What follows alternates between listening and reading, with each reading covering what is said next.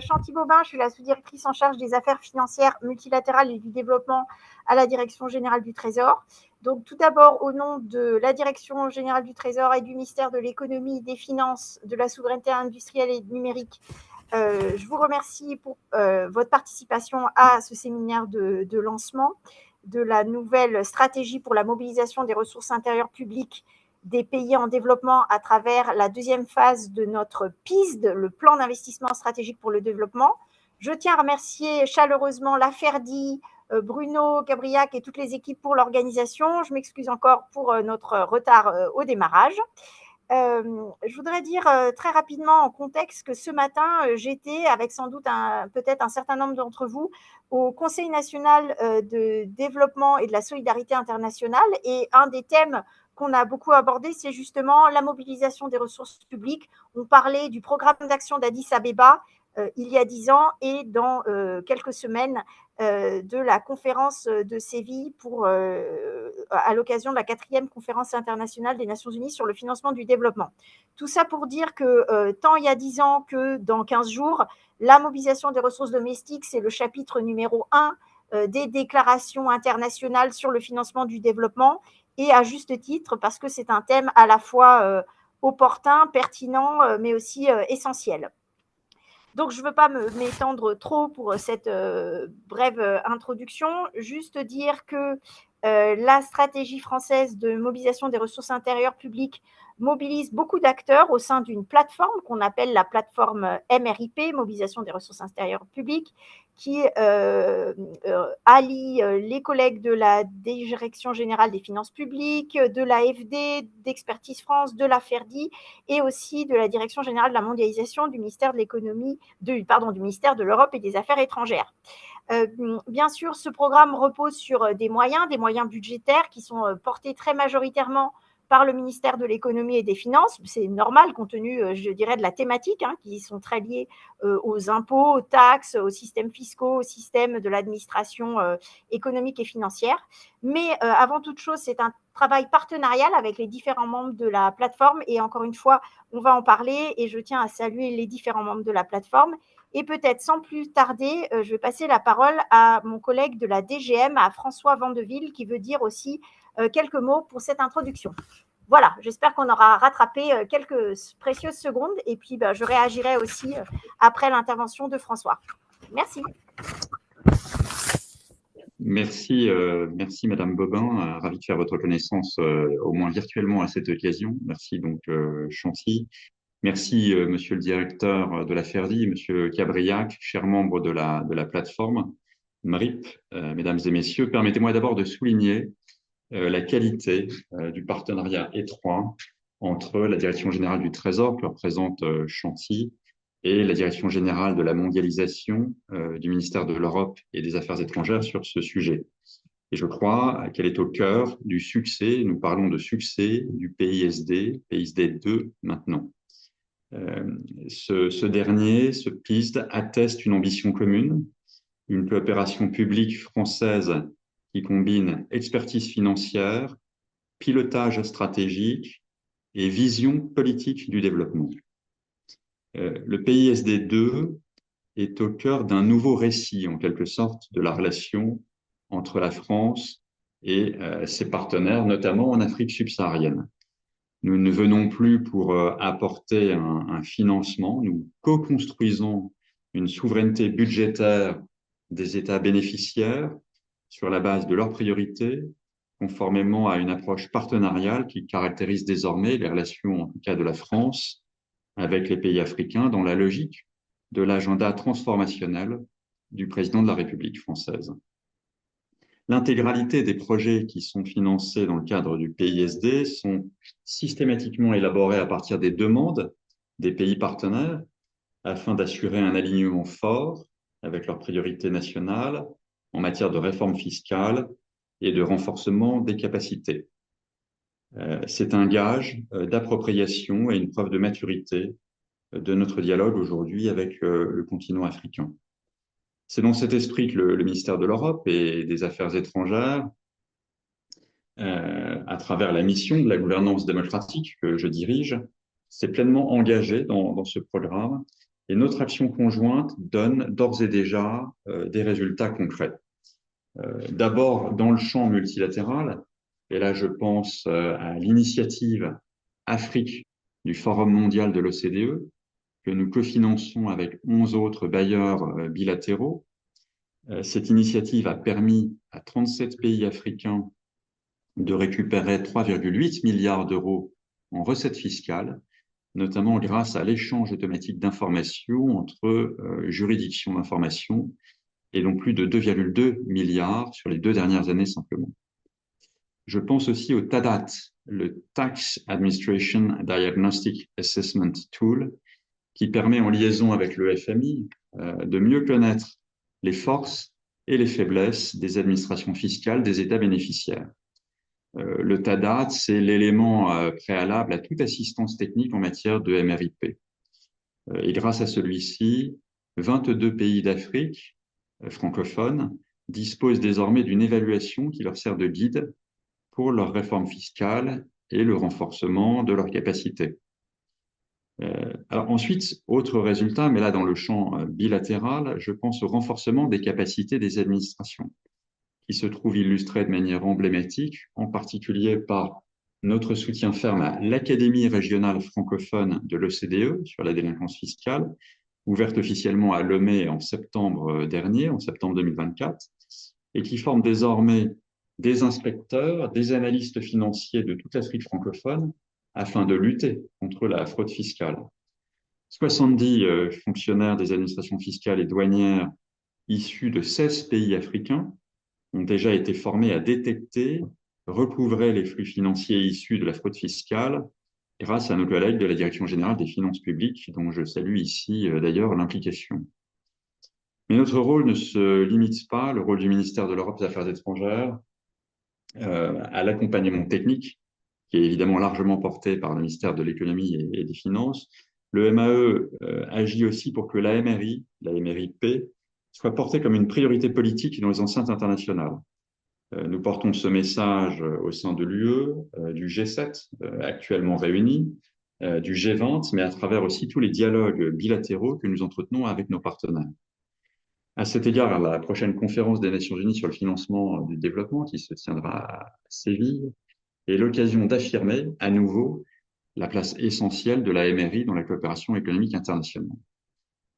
Nous sommes convaincus que le prélèvement obligatoire, efficace, stable et juste des impôts renforce la cohésion des sociétés en favorisant le consentement à l'impôt tout en permettant à nos partenaires de financer de manière autonome, souveraine et durable leur politique publique au bénéfice de leur population. Alors que la mission que je dirige de la gouvernance démocratique se positionne de plus en plus comme un instrument d'appui à la démocratie, permettez-moi de souligner ici combien la fiscalité ou la taxation et son corollaire, la représentation, sont au cœur de l'affirmation des principes démocratiques. La MRI représente un levier solide pour accroître la souveraineté budgétaire, mais elle contribue aussi à la consolidation et à la légitimité des institutions de nos partenaires. Enfin, je terminerai ici en saluant le remarquable travail de la DG Trésor qui a su structurer un dispositif ambitieux, techniquement robuste et stratégiquement lisible.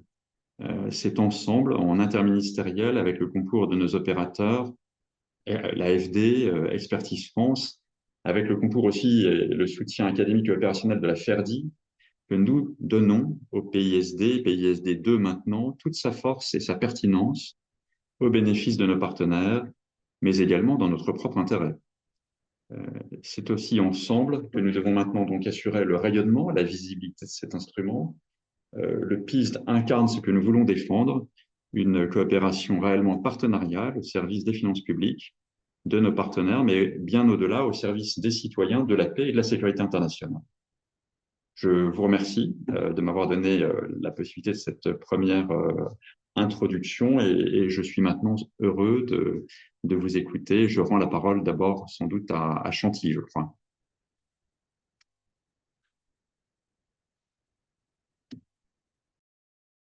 Oui, merci beaucoup François.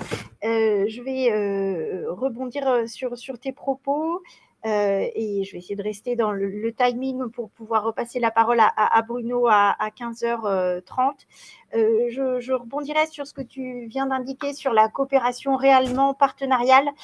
Il me semble, et pour reformuler ce que tu viens de dire, qu'on est aujourd'hui à un très bon moment pour faire ce lancement de la stratégie MRIP, parce qu'on est à la fois quelques semaines après le Conseil présidentiel pour les partenariats internationaux, qui est notre nouveau cadre stratégique qui fonde et qui nous sert de fil conducteur pour tous les pans de notre politique publique en matière de développement et de partenariats internationaux, et à quelques jours de la conférence de Séville sur le financement du développement durable. Comme je le disais, comme tu l'as dit, c'est vraiment essentiel ce soutien à la mobilisation des ressources domestiques. Ce matin, on était interrogé, et d'ailleurs dans le texte de Séville aussi, la partie sur la dette est un élément crucial, et côté français, on y travaille beaucoup tous ensemble, notamment en lien avec les travaux et l'action du Club de Paris. Mais on a la coutume de dire que pour financer des finances publiques, il faut à la fois des recettes publiques, et souvent celles-ci ne sont pas suffisantes, il faut la capacité aussi à lever de la dette de manière soutenable. Et comme tu le disais, avoir des impôts, des recettes publiques, c'est ça qui est au fondement de l'élaboration de politiques publiques générales, j'allais dire, et sectorielles, qui permet non seulement de financer des infrastructures dans un pays, mais aussi de répondre aux besoins des populations tout en respectant les priorités souveraines et politiques des pays. Donc c'est essentiel, bien sûr, les recettes publiques pour ça. Et puis, bien sûr, avoir une base solide de recettes publiques, et j'ajouterais même avoir un cadre macroéconomique stable, bien construit, et avoir des politiques macroéconomiques efficaces, eh bien, c'est aussi essentiel pour gérer, pour lever de la dette à des bonnes conditions et la gérer au mieux. Et c'est cette combinaison, j'allais dire, de taxes, impôts, recettes publiques, et aussi dette publique soutenable qui fait qu'un État peut aller sur une trajectoire de développement à long terme. Donc on est dans ce double moment après le CPPI et avant FFD4, comme on dit avec tous nos sigles et notre jargon. On est aussi plus largement dans un moment où les pays ont beaucoup de besoins de financement. On parle de tout ce qu'il reste à faire, tout le chemin qui reste à parcourir pour atteindre les objectifs de développement durable. On parle aussi de vulnérabilité en termes d'endettement. On a aussi des enjeux en termes macroéconomiques en ce moment. On est dans un cadre macroéconomique mondial avec de l'incertitude. Et en tout cas, peut-être, je pourrais dire qu'il y a une certitude, c'est qu'on considère essentiel d'accompagner les pays dans une logique partenariale pour avoir une hausse des recettes publiques, et qu'elles soient, comme tu l'as indiqué aussi, de façon avec un cadre autonome, souverain. Peut-être je dire un mot du passage du PIS de 1 au PIS de 2. Le plan d'action stratégique pour le développement dans sa version 1 avait 12 priorités, donc je ne vais pas tous les rappeler. Je vais plutôt juste dire quelles sont les deux priorités de cette stratégie PIS de 2 qui sont finalement simples, essentielles, et qu'il appartiendra à nous tous de mettre en œuvre. Premièrement, l'élargissement de l'assiette fiscale, donc pour permettre une hausse des recettes fiscales, et deuxièmement, l'amélioration des performances opérationnelles. Et donc, je pense que ces deux priorités sont très claires, et elles tirent les enseignements aussi de tout le travail qui a été fait lors du PIS de 1. Peut-être avant-dernier point, je dirais, on l'a déjà dit, les pays avec qui on travaille, ce sont des pays bénéficiaires, des pays surtout partenaires. Et donc ça aussi, cette logique partenariale, elle est au cœur, encore une fois, du dernier conseil présidentiel sur ce sujet, mais aussi de toute la politique et de toutes nos réunions aujourd'hui. Je voudrais insister aussi sur un point très terre à terre, j'allais dire, pour non seulement nos partenaires qui vont bénéficier de cette assistance technique, de la coopération française, mais aussi pour tous les partenaires qui font partie de la plateforme mobilisation des ressources intérieures publiques en France, de toute l'équipe France. On a maintenant un nouveau logo qu'il faudra utiliser et mettre en valeur aussi sur le terrain à chaque fois qu'on fait une action. Et voilà, je voudrais finir aussi par dire ça, c'est le logo, c'est un peu le signe distinctif qui permet de montrer notre action en faveur de la mobilisation des ressources intérieures publiques. Et je vois qu'il est 15h30 et donc maintenant, je ne vais pas détailler les cas de succès de projets qui ont eu lieu ces dernières années. Je pense que c'est plus les collègues qui nous font le plaisir et l'honneur et la gentillesse de participer à ce séminaire qui pourront en parler le mieux, hein, notamment du Bénin, de Mauritanie. Et donc, je suis très impatiente d'écouter la suite de ce séminaire et les retours d'expérience. Bruno, je te repasse la parole. Merci beaucoup Chanty, merci François aussi pour cette introduction. Donc je reviendrai pas sur l'importance des enjeux, juste pour rappeler quand même que le financement du développement se fera essentiellement sur des ressources internes. C'était déjà le cas dans le passé avec la nouvelle conjoncture qui s'annonce pour quelques années. Ça sera encore plus le cas dans le futur. C'est pour ça que c'est nécessaire aussi, et je crois que cette initiative en témoigne, que l'aide capitalise et permette de faire un effet de levier pour développer les ressources internes publiques, notamment, et au premier rang desquelles les ressources fiscales. Et ça sera un des thèmes probablement clés de ces vies, en écho, mais un écho amplifié à la conférence d'Addis Abeba. Et j'ajoute, et ça sera ma seule page de publicité, que lors de la conférence de Séville le 2 juillet à 12h30, la FERDI va organiser un événement sur un élément clé de la stratégie de mobilisation des ressources internes publiques, sur les écarts fiscaux, leur détermination, et ceci en coordination avec la commission de l'UEMOA. Donc pour effectivement poursuivre cette discussion, nous avons réuni autour de la table un panel constitué d'abord de responsables des pays partenariaux, si je puis dire, sur cette action de mobilisation des ressources intérieures.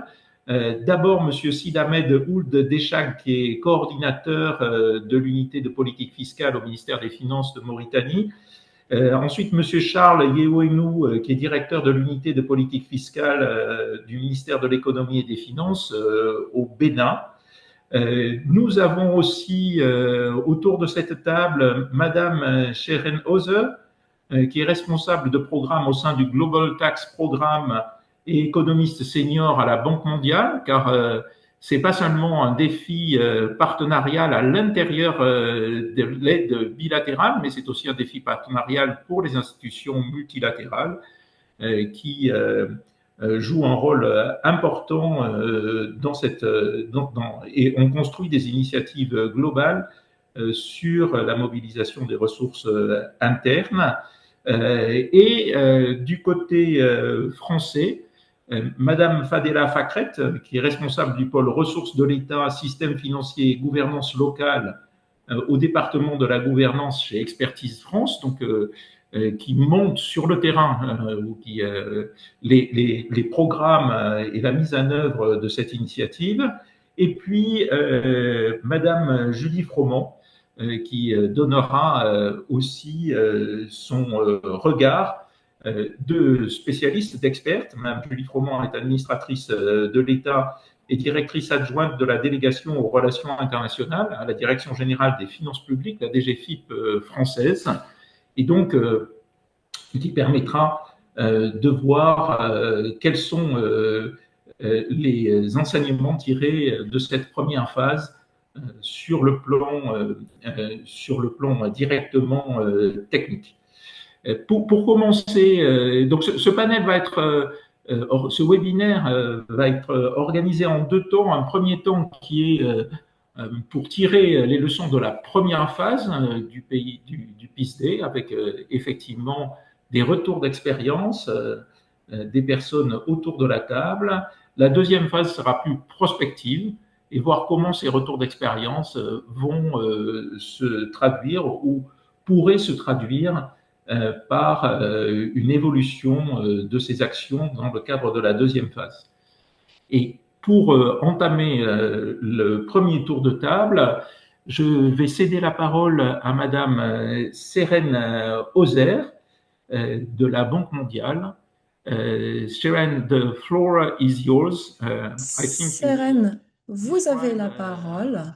the coordinated Je action pense que vous allez nous of the parler de multilateral l'action organization, coordonnée especially the World Bank, de l'action multilatérale, donc en on the particulier issue la Banque of mondiale, sur domestic ce sujet, resource mobilization. la mobilisation des You have ressources the intérieures floor. publiques. Seren, vous avez la parole.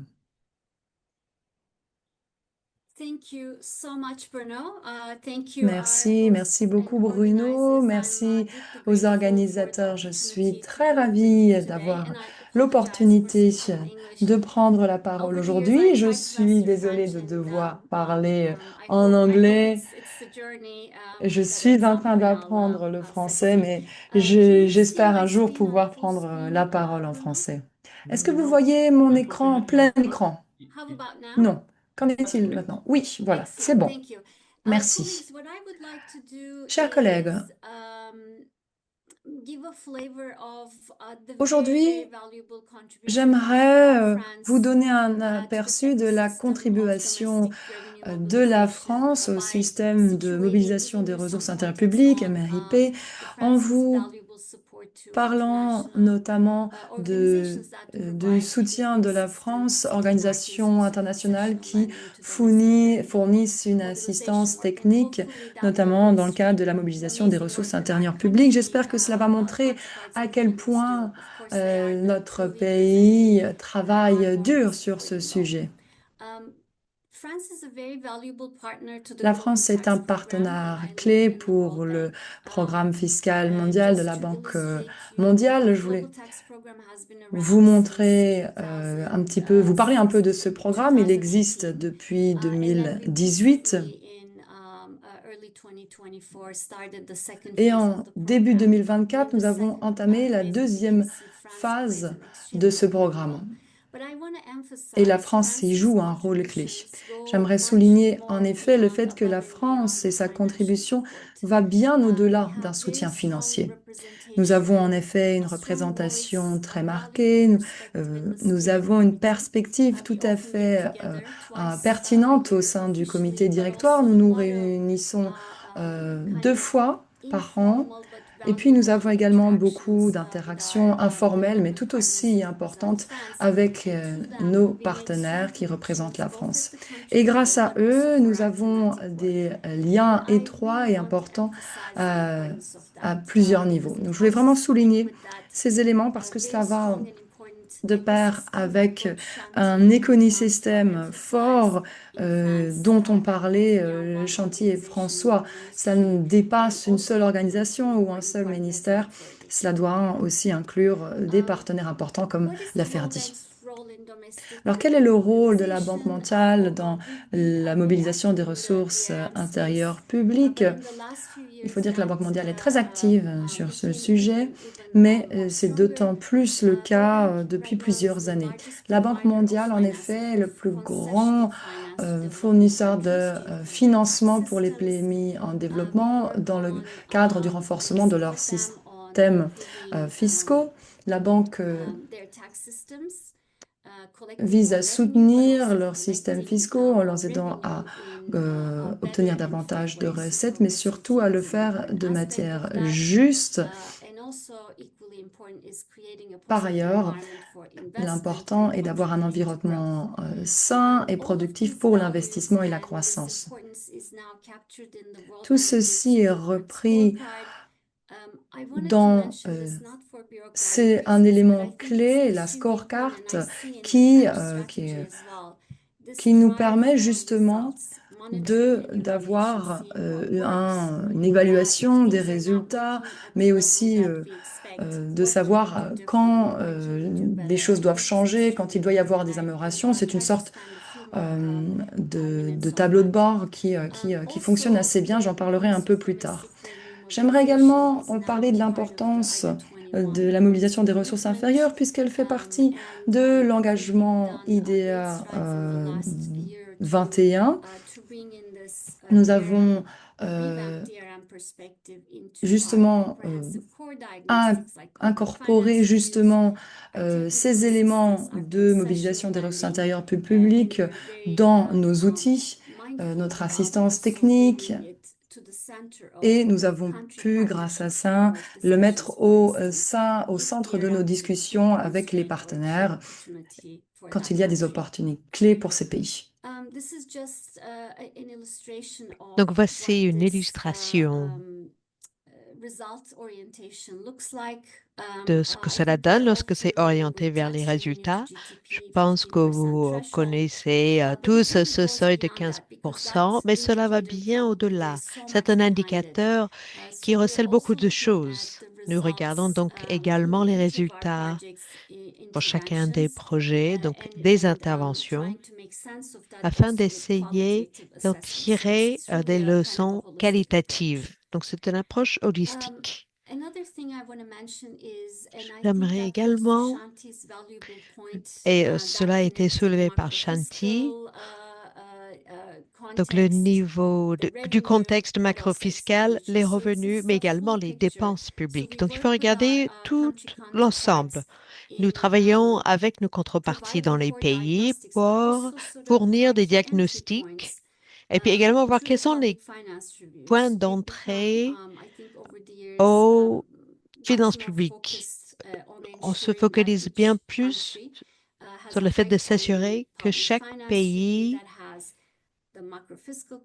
les ressources nécessaires pour faire face aux questions macroéconomiques, pour voir quels sont les besoins de revenus, quelles sont les stratégies, les actions clés pour augmenter les revenus, tout en prêtant attention à d'autres éléments importants tels que la progressivité, la simplicité mais également le côté dépenses, en regardant le renforcement des institutions budgétaires notamment. Passons maintenant au Global Tax Programme. La France est un partenaire extrêmement important dans ce domaine pour la mobilisation des ressources intérieures publiques. En plus de nos prêts concessionnels, nous avons d'autres instruments, des services techniques, de conseil.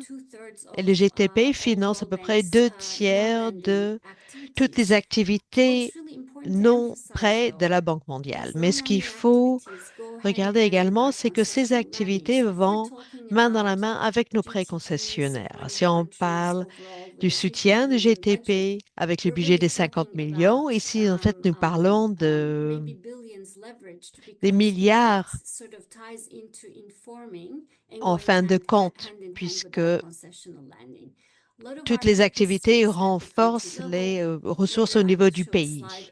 Plus tard, je montrerai quelles sont nos régions de focus actuellement et là où nos activités se situent. Le programme a une évaluation très approfondie il y a quelques années et nous avons vu que la performance était excellente par rapport aux critères du DAC de l'OCDE. Et Bruno en parlera peut-être dans la deuxième partie du panel. Il y a un grand focus sur les résultats. 2 fois par an, nous déclarons nos résultats et comment nous travaillons avec les partenaires sur le terrain pour qu'il y ait moins de risques de duplication et plus d'opportunités de collaboration et d'utilisation des avantages comparatifs de chacun. Pour donner un échantillon, nous avons soutenu plus de 112 pays avec beaucoup de renforcement des capacités, de formation, un effet multiplicateur très puissant. Des projets de prêts concessionnels, presque 8 milliards de dollars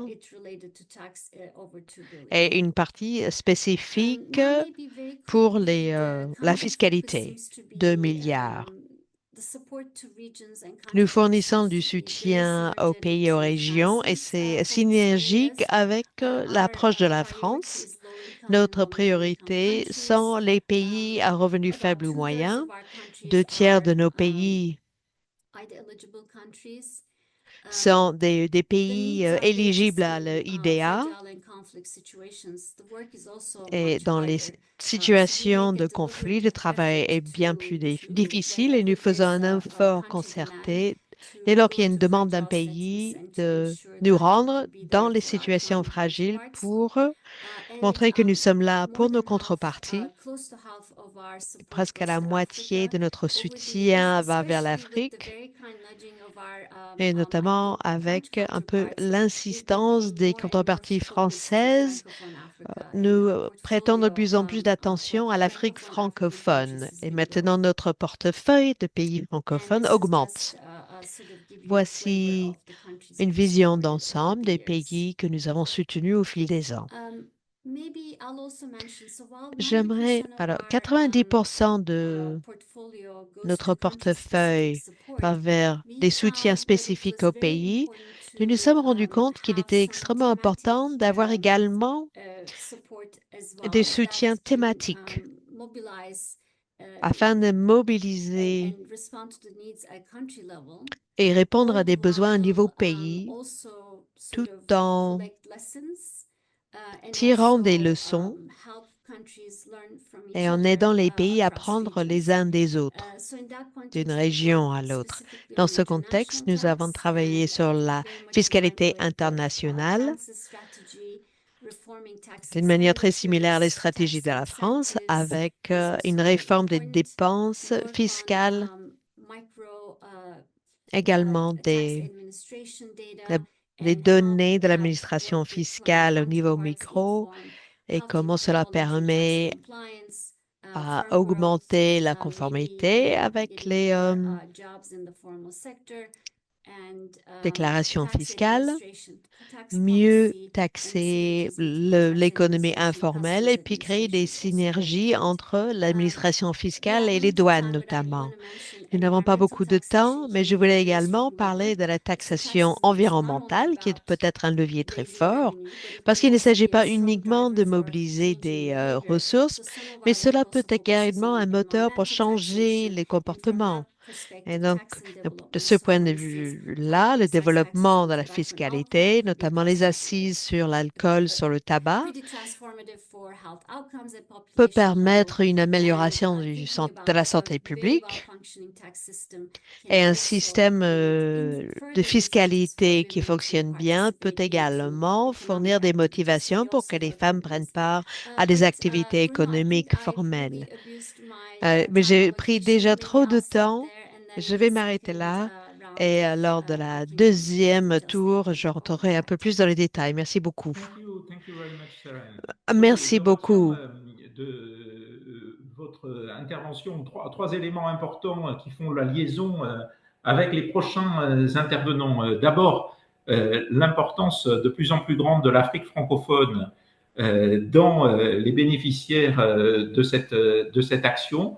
Deuxièmement, que particulièrement dans cette action, et évidemment c'est vrai pour toutes les actions qui favorisent le développement, mais particulièrement dans cette action est guidée par les résultats, d'une part, et d'autre part, l'importance des leçons que peuvent tirer chacun des pays de ce qui s'est passé dans d'autres pays.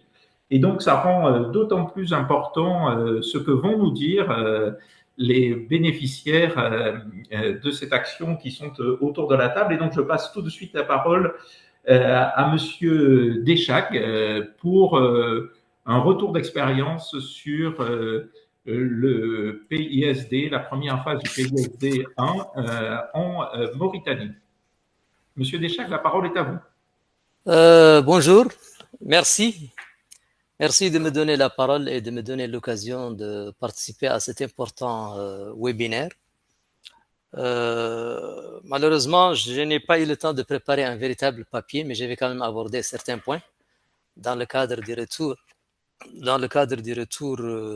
d'expérience et aussi dans le cadre des besoins de ce qui reste à faire, de ce qui nous semble rester à faire au niveau des réformes fiscales que nous avons engagées en Mauritanie. Donc, pour aller rapidement au sujet, nous avons depuis certaines années, nous avons engagé des réformes, des grandes réformes qui sont très ambitieuses au niveau de la fiscalité, dont les objectifs essentiels étaient donc la modernisation du système fiscal, la modernisation de l'administration fiscale, favoriser la croissance économique et favoriser surtout la formalisation de l'économie. Et bien sûr, naturellement, comme troisième objectif essentiel, améliorer les recettes fiscales intérieures et diminuer donc le recours au financement extérieur. En matière de modernisation du système fiscal, nous avons, notre mot d'ordre était, en tout cas, la simplification et l'efficacité. Ça, c'est les deux mots d'ordre sur lesquels on a bâti on a bâti la réforme qui a été engagée. On a essayé de traduire ces deux objectifs au niveau des impôts et au niveau de toutes les classes d'impôts. Au niveau, par exemple, de la fiscalité des revenus, nous avons adopté une fiscalité cédulaire, c'est-à-dire un impôt par nature de revenus, par nature de revenus. Nous avons un impôt sur les traitements et salaires appropriés pour les revenus du travail. Nous avons l'IS et l'IBAP qui sont donc spécialisés au niveau des revenus des entreprises. Et nous avons un autre impôt qu'on appelle l'IRCM, qui est celui-là destiné aux revenus financiers, aux revenus des transactions financières. Donc ça, c'est une simplification qu'on a faite au niveau on a aussi prolongé la simplification au niveau du système fiscal lui-même par impôt, c'est-à-dire qu'on a adopté chaque fois que c'est possible des flat taxes, c'est-à-dire des taxes qui sont assez simples. Et donc, on a essayé d'introduire le maximum possible de progressivité au niveau des impôts, chaque fois que c'est possible et chaque fois que c'est gérable au niveau de l'administration fiscale. Au niveau de la fiscalité indirecte, le souci de simplification nous a conduit aussi à adopter un seul impôt sur les transactions de biens et services, à savoir donc la TVA. Et au niveau des transactions financières, nous avons un semblable de TVA qu'on appelle la TOF, la taxe sur les opérations financières. Donc ça, c'est au niveau de la fiscalité des revenus et au niveau de la fiscalité indirecte. Maintenant, au niveau de la fiscalité de porte, nous avons adopté un désarmement douanier complet, conformément aux objectifs qui sont ceux des organisations auxquelles on appartient, à savoir l'OMC, la CEDEAO aussi, à laquelle nous sommes associés. Et nous avons adopté donc le droit de douane comme seul moyen de protection au niveau de la fiscalité de porte. Bien sûr, le droit de douane n'est pas le seul impôt qui existe au niveau de la fiscalité de porte. Il y a des petites taxes satellites au niveau du droit de douane, mais qui ne sont pas significatives. Ce qui est significatif véritablement, c'est le droit de douane. Et les taux en matière de droit de douane sont ceux qui sont adoptés sont ceux qui sont plafonnés au niveau de ce qu'on appelle les TEC de la CEDEAO, tarif extérieur commun de la CEDEAO, à laquelle nous ne sommes pas membres, mais nous sommes partenaires associés. Donc ça, c'est de façon très schématique et très rapide au niveau du système fiscal. Au niveau maintenant de l'administration fiscale, nous avons essayé d'adapter des organigrammes fonctionnels, c'est-à-dire qui font la séparation entre les fonctions d'appui et les fonctions d'exploitation, et qui font aussi la séparation entre les fonctions de front office et de back office, c'est-à-dire les fonctions de réception, de relations publiques et les fonctions véritablement d'exploitation. Ça, c'est dans un souci d'efficacité de l'administration fiscale. Ensuite, au niveau des renforcements de l'administration fiscale, nous avons donné la priorité au système déclaratif, c'est-à-dire mettre la charge sur le contribuable pour déclarer ses impôts, pour les liquider et pour les payer. Donc, ça, c'est le deuxième point qui a été donc le point essentiel du renforcement de l'administration fiscale. Nous avons aussi, au niveau des renforcements de l'administration fiscale, nous avons créé un réseau spécial pour les comptables publics, ce qu'on appelle le réseau des comptables publics de la DGI. Parce que vous savez, avant, on avait un principe au niveau des finances publiques qui disait donc la séparation entre les ordonnateurs et les comptables. Et sur la base de ce principe, il y avait donc la DGI, les impôts étaient chargés de la liquidation, de l'assiette et de la liquidation des impôts, et la direction du Trésor était chargée du recouvrement. Ça, c'est une séparation qui a causé beaucoup de préjudices aux recettes fiscales parce que donc les cotes irrécouvrables s'entassaient au niveau du trésor et on se rejetait la responsabilité. Cotes irrécouvrables, cotes non recouvrables, les identifications ne sont pas bonnes, les liquidations de l'assiette ne sont pas bonnes.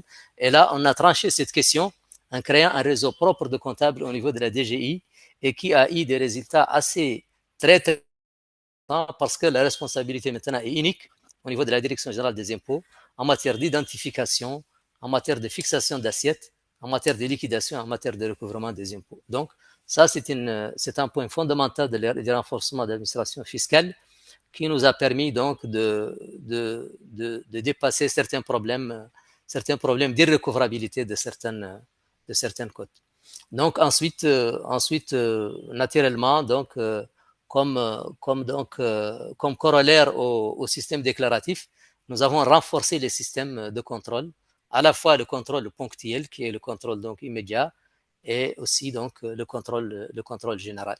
Contrôle général par le renforcement des cadres en matière d'expertise comptable et tout ça, et en matière de prix de transfert et en matière de nouveaux défis donc qui se dressent devant le contrôle fiscal. Le cinquième point en matière d'administration fiscale, c'est naturellement les systèmes d'information. Nous avons introduit des systèmes d'information qui sont donc plus ou moins efficaces au niveau des administrations fiscales.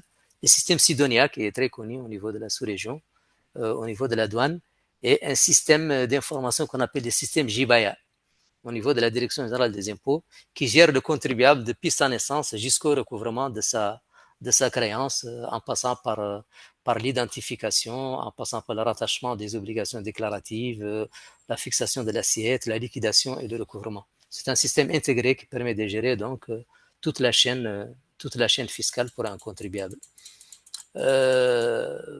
Voilà en gros ce qu'on a fait au niveau du système fiscal et au niveau de l'administration fiscale. Maintenant, un autre point important au niveau institutionnel, nous avons créé très récemment en 2023 l'unité de politique fiscale. Elle a été créée sur la base d'un constat d'absence d'une structure d'ancrage de la politique fiscale au niveau du ministère des Finances. Vous savez, la fonction de politique fiscale était un peu déliée au niveau du ministère des Finances. Et donc, l'essentiel était fait par la DGI et la Direction générale des douanes, qui n'avaient en réalité ni le temps ni la vocation de faire de la politique fiscale, parce qu'ils concentrent toutes leurs ressources sur la réalisation des prévisions et sur donc l'efficacité du recouvrement. Le constat en est que aussi ces administrations ne sont pas bien outillées pour faire de la politique fiscale parce qu'ils n'ont pas des cadres assez compétents en matière d'analyse statistique et d'analyse économique. Parce que spécialement, c'est des inspecteurs des impôts qui sont spécialisés en matière de réglementation et de procédure fiscale. Donc, ce constat a conduit à la création de l'unité de politique fiscale que je coordonne actuellement et qui est donc encore donc de montée des charges. Pour ce qui est des résultats, je peux dire 1 ou 2 points sur les résultats de ces réformes qui ont été engagées. Le premier point, c'est que nous avons réussi, nous pensons avoir réussi la transition fiscale, c'est-à-dire le remplacement de la fiscalité douanière par la fiscalité intérieure. Ça, c'est un acquis qu'on a déjà réalisé. La deuxième chose, c'est que nous avons une croissance, en tout cas continue des recettes. Depuis la mise en place des réformes jusqu'à aujourd'hui, nous avons une croissance constante des recettes. Par exemple, nous avons doublé les recettes fiscales en 10 ans, de 2013 à 2023. Donc, de 26,79 milliards en 2013 à 50,74 milliards en 2023. C'est un doublement net des recettes fiscales. Nous sommes arrivés aussi, pour donner je peux donner aussi un quatrième chiffre, c'est qu'on est actuellement à 40% d'endettement. Ce qui est quand même un taux assez favorable et assez convenable en matière de pression d'endettement. Voilà, donc en matière de coopération, nous avons donc le P2FP et le PAGFAM qui nous ont véritablement accompagnés dans tout ce processus. Demain, je vais participer à une réunion d'évaluation du PAGFAM au cours de laquelle on va essayer d'évaluer les actions qui sont en cours. Elles sont très nombreuses. Je ne peux pas les citer tous. Le PSD nous a accompagnés en matière de formation, en matière de renforcement des capacités, en matière d'études, en matière de mise en place de plans stratégiques. Et donc, les actions sont très nombreuses, je ne peux pas les citer tous. Demain, lors de la participation à une réunion à la primature, on va faire une évaluation à mi-parcours des actions qui sont menées au niveau du PAC-FAM. Voilà, donc je ne veux pas être très long et je crois avoir abordé certains points qui peuvent être utiles dans le cadre de travail que nous sommes en train de faire. Merci beaucoup. Merci beaucoup, Monsieur Deschag, pour ce retour d'expérience, y compris avec des résultats impressionnants. Et cette réussite dans la transition fiscale. Je passe tout de suite la parole à Monsieur Charles Yewenu pour un retour d'expérience sur le Bénin. Je rappelle que Monsieur Yewenu est lui-même aussi en charge de l'unité de politique fiscale. Et donc, ça semble être un point clé pour la stimulation et la coordination des réformes en matière fiscale. Je vous passe la parole tout de suite, monsieur. Merci beaucoup. Je voudrais également, à mon tour, remercier les organisateurs pour nous avoir associés. Effectivement, le Bénin a bénéficié également du programme appuyé par l'AFD.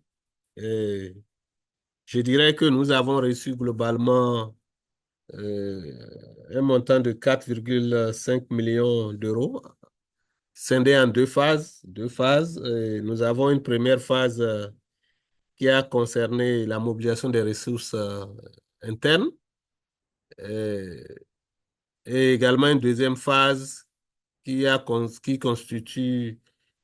été globalement affectée à l'amélioration du système informatique de la DGI. Alors, déjà pour la première phase, je dirais que ça a été une toute petite enveloppe, mais qui nous a permis de réaliser beaucoup de choses parce que je crois en l'espace de 15 à 18 mois, nous avons pu réaliser beaucoup de choses plusieurs réformes qui ont aujourd'hui permis de mobiliser des recettes additionnelles. Nous avons travaillé beaucoup plus sur la promotion du civisme fiscal. Donc, nous avons pu réaliser, grâce à cet appui, une stratégie de communication et de promotion du civisme fiscal.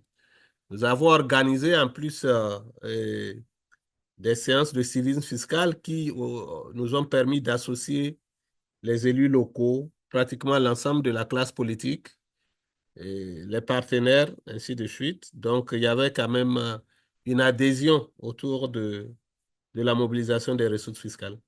Nous avons également pu mettre à jour notre schéma directeur informatique qui nous permet aujourd'hui de prioriser les réformes en matière de digitalisation et en matière d'infrastructures informatiques.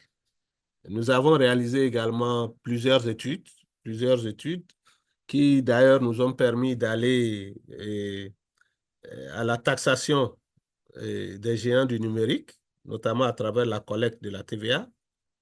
Nous avons travaillé également sur le secteur informel avec une étude que nous avons pu réaliser toujours avec cet appui et qui nous permet aujourd'hui d'élargir l'assiette fiscale globalement. Alors, nous avons bénéficié également de beaucoup de formations, je dirais, en matière de contrôle fiscal des banques et établissements financiers. Vous savez que c'est des secteurs qui ne sont pas faciles à contrôler. Et nous avons également bénéficié de formations sur les jeux de hasard.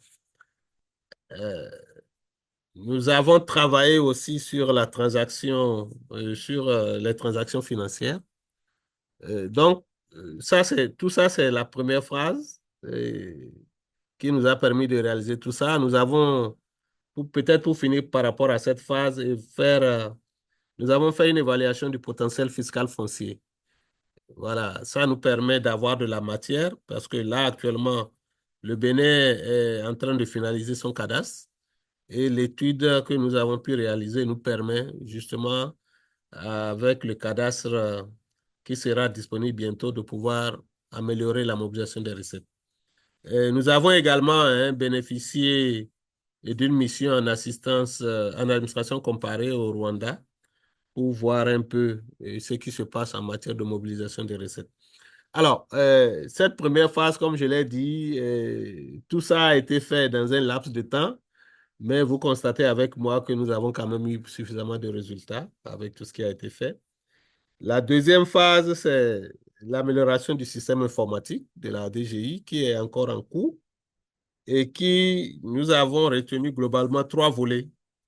Un volet sur l'architecture du système informatique, le déploiement du business intelligence, parce que nous avions certes élaboré un système de business intelligence avant, mais puisque nous avons migré d'un système de gestion à un autre, c'était pratiquement devenu caduc. Donc, avec l'appui, nous avons pu aujourd'hui travailler sur le déploiement de BI. Nous sommes très avancés et d'ici quelques mois, ça serait complètement une réalité.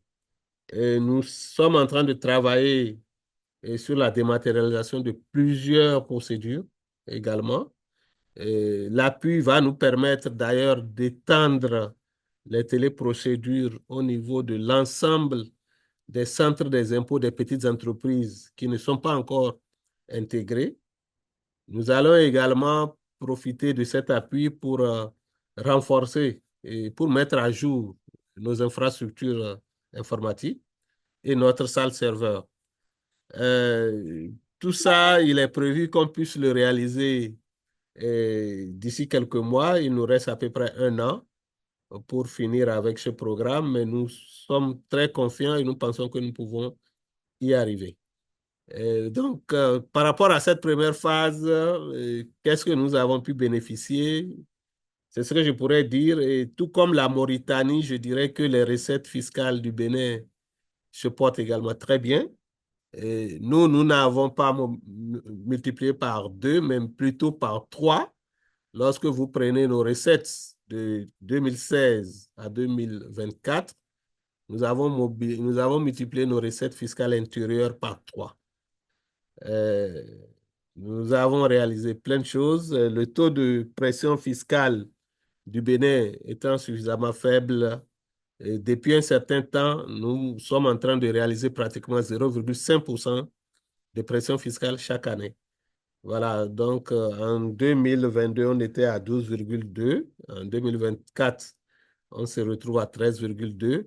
Et nous pensons pouvoir faire autour de 13,7, voire 14 au titre de l'année 2025. Voilà pour la première phase ce que je pourrais dire. Merci.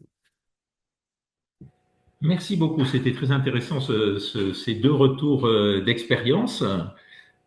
C'est des retours satisfaisants. On a bien choisi les intervenants autour de la table.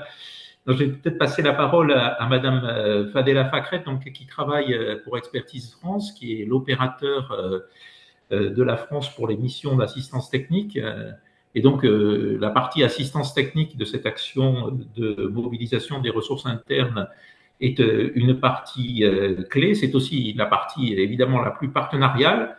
Donc, je vous laisse la parole pour nous expliquer comment, justement, fonctionnent ces partenariats, se montent ces projets, comment sont identifiées les priorités dans le renforcement des capacités, comment s'organise la redevabilité dans ces projets. Fadela, je vous cède la parole. Merci beaucoup Bruno. Bonjour à toutes et à tous. Donc déjà un grand merci à Monsieur Deschag et à Monsieur Yewenu pour vos interventions très pertinentes. Également un grand merci à la Direction générale du Trésor et à la FERDI pour l'opportunité donnée à Expertise France de pouvoir exprimer son retour d'expérience à l'occasion du lancement du PIS 2.2. qui pour nous est un moment très fort qui symbolise l'approfondissement de notre coopération en matière de mobilisation des ressources intérieures.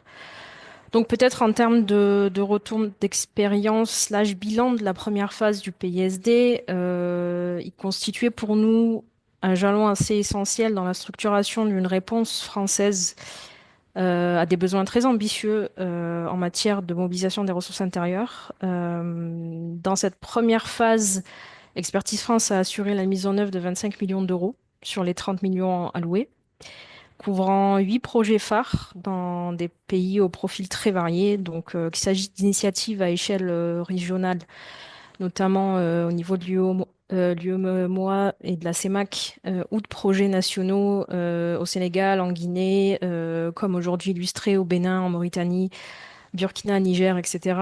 On a des résultats assez notables, notamment des taux d'exécution de projets qui vont au-delà des 94%. On a eu une mobilisation de plus de 2000 jours d'expertise court terme. 7 experts publics détachés d'administration française et mis à disposition d'administration partenaires tout au long de cette première phase.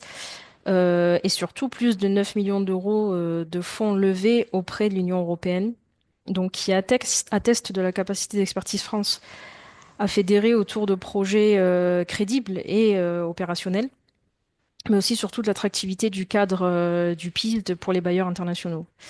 Et donc pour illustrer, je pense, le succès de cette première phase, on a la chance d'avoir 2 interlocuteurs qui bénéficient de nos projets qui sont encore en cours de mise en œuvre.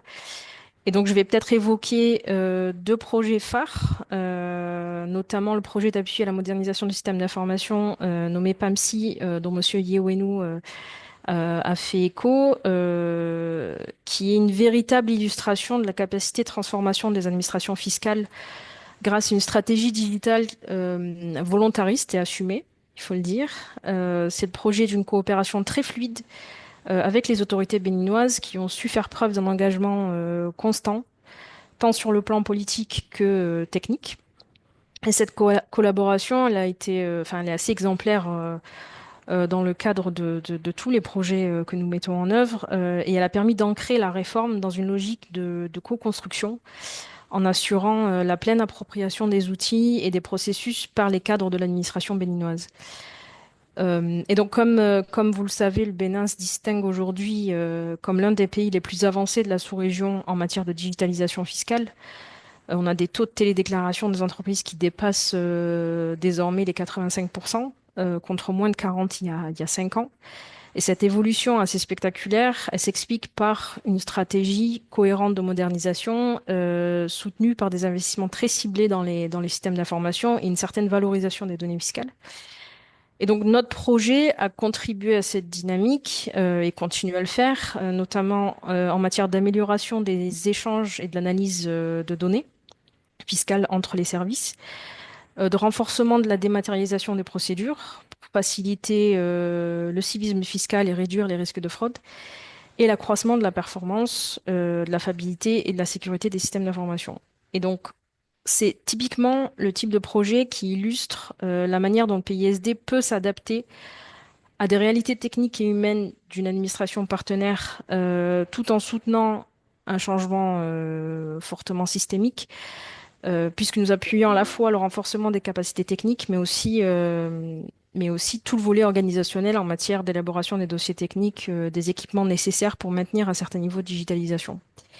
Et donc le projet constitue pour nous une référence pour les futurs projets du PISD 2, tant en termes de méthode que de résultats.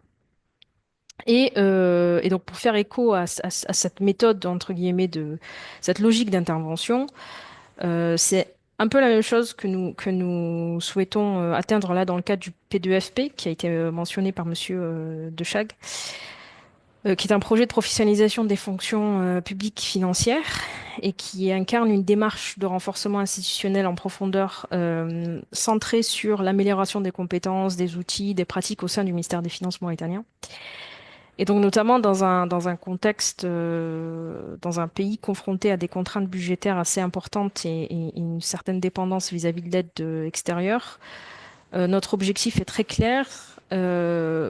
poser les fondations d'une fonction publique financière plus performante, plus autonome et mieux à même de piloter des politiques publiques efficaces et transparentes. Et donc, l'idée est que nous appuyons le renforcement des capacités humaines à travers des modules de formation qui sont ciblés en matière de gestion budgétaire, de comptabilité publique et d'audit interne.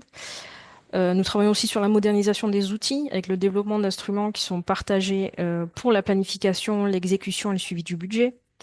Nous travaillons sur la structuration des fonctions clés, donc en lien avec les standards régionaux et internationaux. Et donc la valeur stratégique du projet P2FP, elle réside aussi dans sa forte articulation avec le PACFAM, comme ce qui a été mentionné auparavant. Le PACFAM, qui est donc le projet d'appui à la gouvernance des finances publiques en Mauritanie, et sur financement européen. Donc on voit là l'articulation PISD, financement européen, pour déployer de façon pilote au sein du MEF une démarche stratégique de gestion des ressources humaines fondée sur un plan de formation professionnelle piloté et mis en œuvre par un dispositif interne au ministère des Finances et dont la valorisation de la performance et des parcours professionnels demeure l'objectif final. Et donc cette synergie permet à la Mauritanie, par exemple, de bénéficier de solutions mutualisées, donc à travers divers financements, mais qui permet de compléter en fait la mise en œuvre de réformes et répondre à des besoins complémentaires. C'est aussi, je pense, un très bon exemple de contexte où Expertise France joue un rôle de facilitateur de dialogue et de convergence avec l'ensemble des partenaires techniques et financiers. Parce qu'une grande part de notre travail, c'est aussi veiller à aligner, voire concilier notre action avec les stratégies globales des institutions multilatérales, évidemment FMI, Banque mondiale, Banque africaine de développement, et les besoins concrets de l'administration mauritanienne. Et donc là-dessus, peut-être en conclusion, pour nous, ces projets traduisent clairement l'approche du PISD, c'est-à-dire de contextualiser mieux nos interventions, de proposer des innovations méthodologiques et de toujours ancrer nos actions sur les priorités nationales. Je pense qu'en termes de difficultés, clairement, dans les 3 dernières années, nous avons été confrontés à un contexte sécuritaire au Sahel compliqué pour tout le monde. Ou encore, je pense que une des grandes conclusions sur le plan technique, en tout cas, c'est la complexité de certains systèmes fiscaux locaux, qui parfois a freiné notre mise en œuvre par des formes de déficit de capacité technique ou institutionnelle. Mais c'est aussi tout ce qui a été attendu de notre part pour le design, on va dire, de la deuxième phase du PISD, de s'appuyer sur les acquis du premier programme tout en renforçant sa cohérence stratégique, la redevabilité et la coordination interinstitutionnelle. Donc, nous sommes mobilisés dès les premiers drafts, on va dire, de la stratégie du PSD2 et notre contribution, du coup, en amont au niveau stratégique et ensuite en aval au niveau de la mise en œuvre, trouve toute sa légitimité dans ce cadre-là. Merci. Merci beaucoup, Fadela, et merci d'avoir conclu sur les difficultés, parce que on avait effectivement vu 2 programmes qui avaient connu pas mal de réussite, mais il y a toujours des difficultés, et c'est évidemment l'intérêt des retours d'expérience de regarder avant tout les difficultés. Alors, je vais tout de suite céder la parole à Julie Froment, parce que la DGFiP a beaucoup d'agents sur le terrain dans le cadre du PISD 1, mais aussi dans le cadre d'autres initiatives pour la mobilisation des ressources internes. Donc le retour d'expérience des experts sur le terrain, sur les succès, les difficultés, les priorités, est aussi évidemment clé. Julie, je vous cède la parole. Merci. Bonjour à toutes et tous. Pour commencer, je souhaite vivement remercier également les organisateurs de ce séminaire cet après-midi. Je suis très heureuse d'être présente aujourd'hui avec vous pour participer à ce séminaire et effectivement de vous apporter un regard de la Direction générale des finances publiques, donc dans le cadre de ce panel. Je vais vous donner peut-être pour commencer un regard d'une administration fiscale DGFiP sur les enjeux identifiés par le PISD avant d'en venir à une illustration et de donner quelques exemples de projets que nous avons pu mener sur le terrain.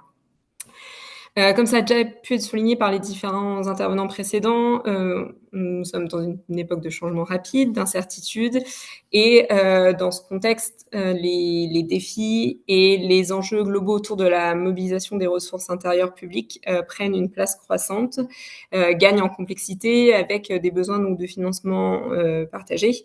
Comme a pu le dire Chanty-Bobin en introduction, l'enjeu de la dette publique est un enjeu central et aucun pays aujourd'hui n'échappe à cette nécessité qui est complètement partagée de mobiliser efficacement ces ressources intérieures, puisqu'elles nous permettent d'investir dans les services publics et également on a une nécessité d'accroître les ressources et de davantage valoriser les enjeux de transparence et de responsabilité dans la gestion des finances publiques pour maintenir la confiance de nos citoyens.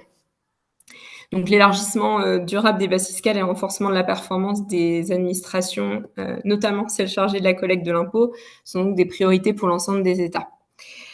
En tant qu'administration fiscale, nous avons identifié et nous nous efforçons de mettre en place des projets qui s'inscrivent complètement dans cette démarche. Nous avons identifié 3 enjeux majeurs, donc qui sont nos fils conducteurs un peu d'action dans le cadre du PISD.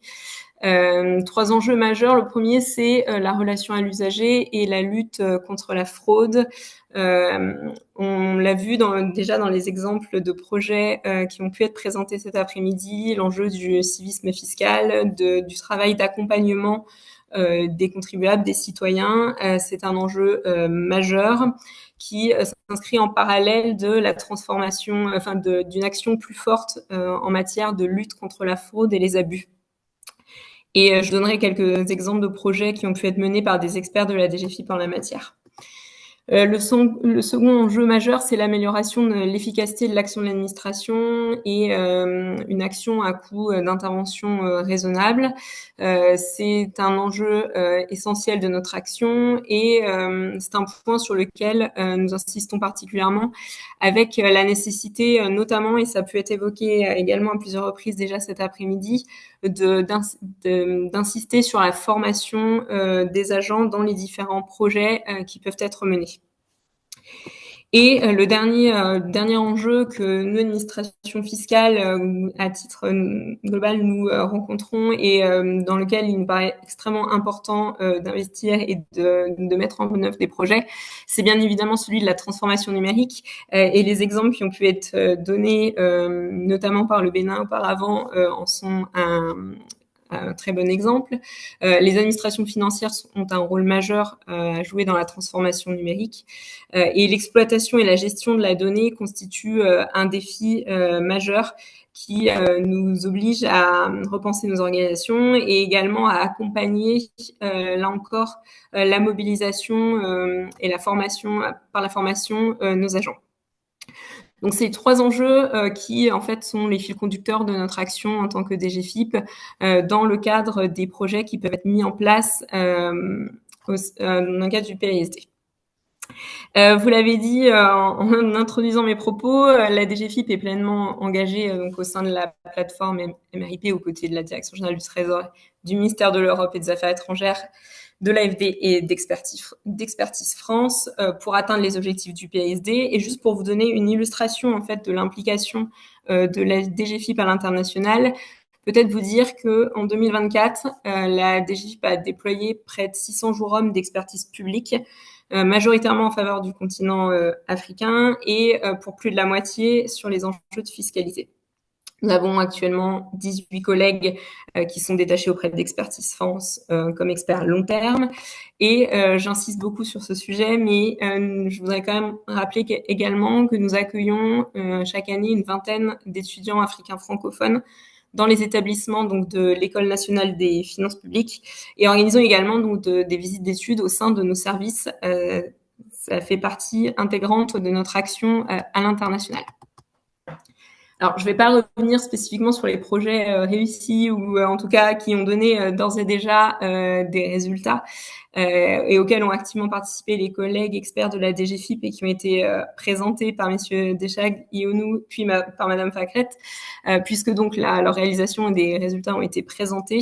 Je vais me focaliser plutôt sur d'autres retours d'expérience.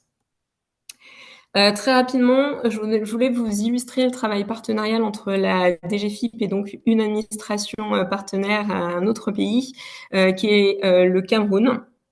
Et je voudrais vous parler d'un projet qui vient de se terminer il y a quelques semaines, où la Direction générale des finances publiques a accompagné donc la Direction générale des impôts dans un projet, et donc là on est en lien avec le civisme fiscal et avec la digitalisation, dans un projet de déclaration annuelle pré-rempli des revenus des contribuables personnes physiques. Donc l'objectif très clairement là est de favoriser la mobilisation de ressources intérieures avec une amélioration donc du rendement de la fiscalité des personnes physiques. Donc les experts dans ce cadre ont dû mobiliser donc des tiers déclarants, définir une méthodologie détaillée et veiller au respect d'un calendrier précis pour aboutir à la mise à disposition d'informations pré-remplies qui soient fiables et en temps utile, c'est-à-dire en fait tout simplement avoir les informations qui soient pré-remplies avant la date de lancement de la déclaration annuelle d'impôt sur le revenu. Ce projet, il a été lancé en 2022 et donc il touche à sa fin. Et je souhaitais mettre particulièrement en valeur une réalisation concrète de ce projet, puisque la déclaration pré-remplie, donc qui a été travaillée en partenariat direct et vraiment dans une démarche de co-construction avec donc les collègues de la DGI. Donc cette déclaration pré-remplie est utilisée actuellement pour la campagne de déclaration des revenus perçus en 2024. Donc voilà une première illustration concrète d'un projet donc mené par les experts de la DGFiP dans le cadre du projet PISD. Et puis, je voulais très rapidement vous donner une deuxième illustration d'action de la DGFiP. Et c'est pour revenir sur les propos de Monsieur Vandeville dans ses propos introductifs sur le TADAT, le Tax Administration Diagnostic Assessment Tool. Et là, je voudrais parler donc du Bénin et d'un projet qui a été, d'un travail qui a été mené en partenariat avec le Bénin, puisque en 2023, nous avons donc 2 experts de la DGFiP qui ont réalisé une évaluation TADAT au Bénin. Une première évaluation avait eu lieu en 2019 et en fait, les experts qui ont réalisé l'évaluation 2023 ont constaté une amélioration nette des indicateurs. Donc, on voit les résultats et tout l'intérêt de cette évaluation et des réformes qui sont mises en œuvre en s'appuyant sur les constats réalisés. Et donc, il y a eu une nette amélioration entre 2019 et 2023, avec donc une administration qui progresse, même si à ce stade, on a encore un petit peu de recul à prendre sur ces travaux. Donc voilà pour ce que je voulais vous dire dans cette première partie, dans ce premier tour de table. J'espère avoir l'occasion de vous présenter d'autres projets et perspectives dans un second temps. Je vous remercie. Merci beaucoup. Merci Julie, merci Fadela. J'ai été un peu frappé par le fait que dans vos interventions, et d'ailleurs dans aucune des interventions jusqu'à maintenant n'a été mentionné, même si c'était en subliminal, le mot ou les 2 mots d'intelligence artificielle. J'imagine que dans des projets comme cela, ça joue un rôle important. Il s'est appelé à jouer un rôle important. Voilà, donc je vous invite peut-être dans ce deuxième tour à nous indiquer si mon intuition est bonne ou pas. Et donc, dans ce deuxième tour qui sera beaucoup plus court, hein, donc vous avez moins de temps pour les interventions, on va essayer de voir un peu la perspective de ces programmes de mobilisation des ressources internes, en commençant par Seren. So Seren, for what's next? And I guess, how do you Alors, see qu'est-ce qui vient ensuite et comment voyez-vous l'évolution des difficultés de coordination qui est au cœur de ce projet?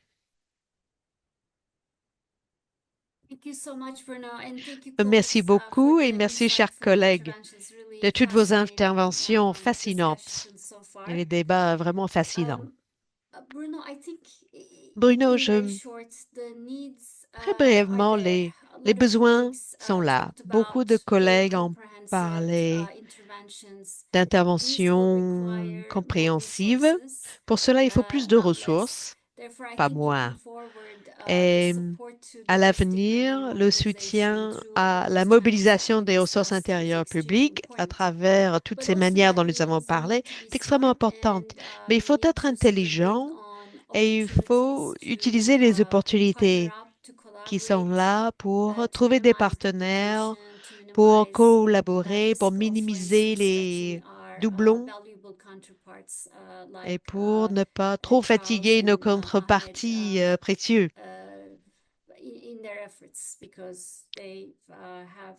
Et il faut soutenir nos partenaires et permettre que leur travail extrêmement important puisse avoir lieu avec des ressources limitées. Et tout ceci nous pousse à réfléchir en profondeur à la coopération.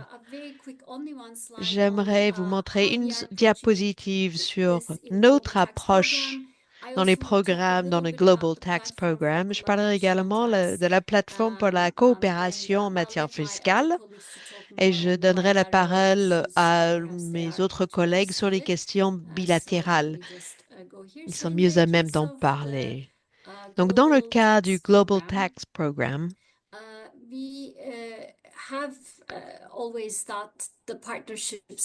pour nous, les partenariats ont toujours été une évidence. Nous avons coopéré avec environ 50 organisations, beaucoup de coopération avec la plateforme pour la coopération entre le FMI, le CDE, les Nations Unies et les organisations régionales, les banques régionales et des partenaires tels que Ferdi.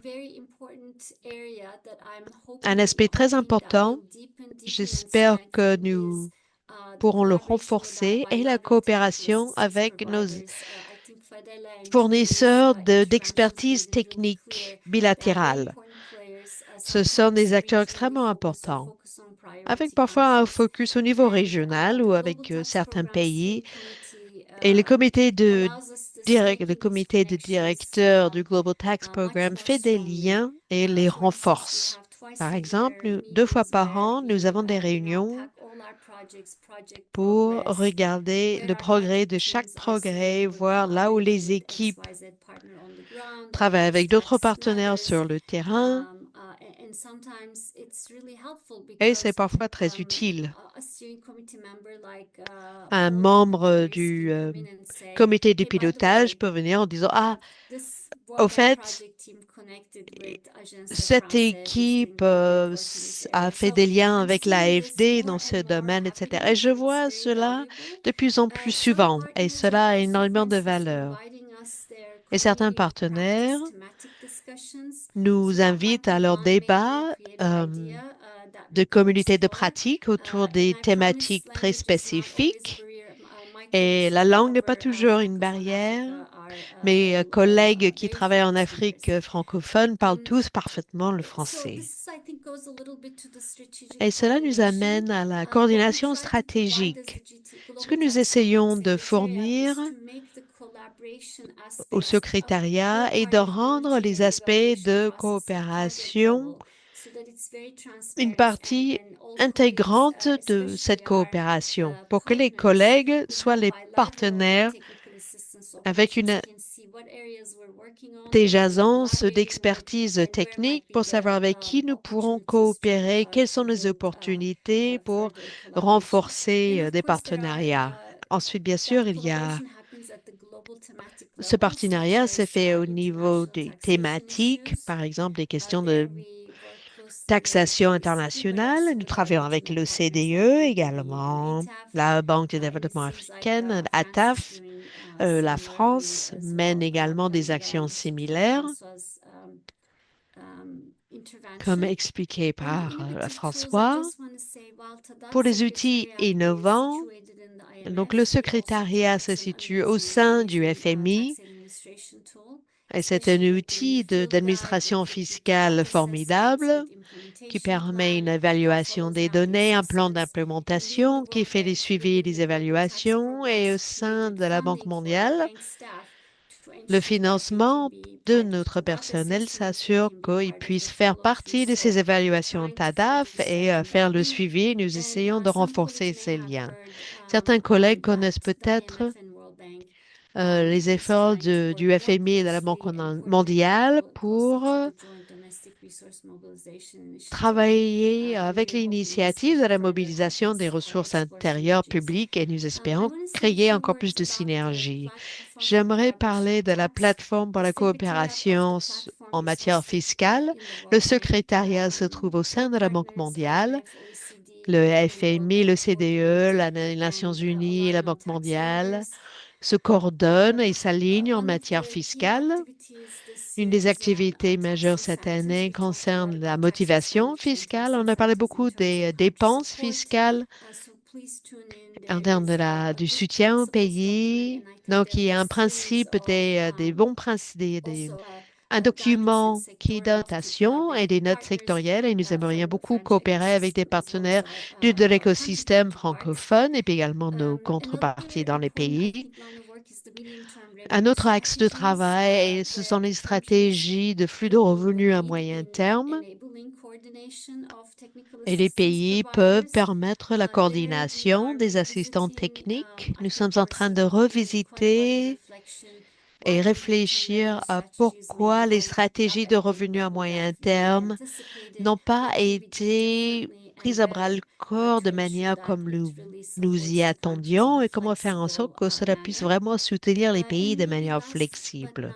Et enfin, dans le contexte du PISD, ça a été très utile de réfléchir aux résultats et le suivi, pas uniquement pour des déclarations sur les résultats, mais également pour voir ce que nous sommes en train d'accomplir, ce qui est peut-être pas possible d'accomplir tout de suite, comment faire des corrections dans l'orientation. Il faut apprendre les uns des autres et il serait formidable de travailler avec des partenaires bilatéraux également.